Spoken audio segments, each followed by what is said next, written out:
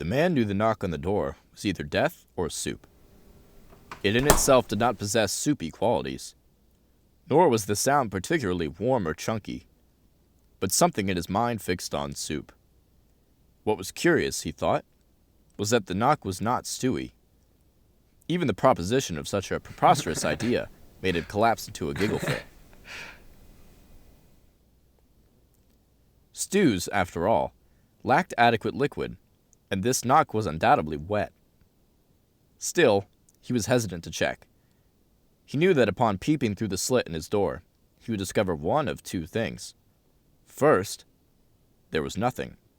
Or second, a formless piece of soup matter had knocked, and would immediately collapse out of embarrassment upon being observed.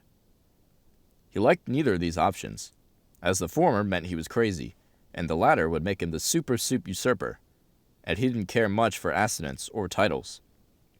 After evaluating every option exceedingly, he deemed his extrapolations fruitless, and a little wordy. Instead, he laid down behind his kitchen counter, furiously obvious and supine, but changed his position upon realizing that FOS was also an acronym for French onion soup, and he refused to break bread with the enemy. What truly plagued his thoughts was the foreseeable mess that might be made if soup popped in for a visit, and depending on the viscosity, its potential to be an upholstery disaster. He ultimately determined that he would firmly decline soup entry into his home, although he worried about potential misgivings.